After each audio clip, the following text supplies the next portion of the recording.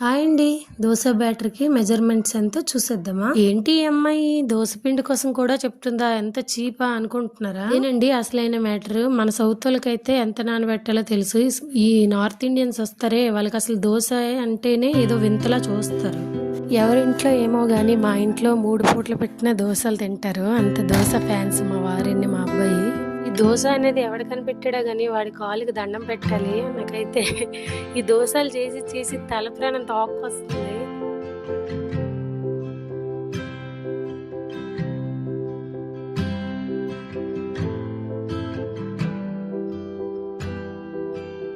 ఇలా మనకు కావాల్సినవన్నీ వేసి 3 సార్లు కడుక్కొని నీట్గా అందులో నానబెట్టుకోవాలి. యాక్చువల్గా ఇది వచ్చేసి పండించిన పప్పు కాబట్టి కొంచెం తొక్కులా ఉంది, ఏం అనుకోవద్దు.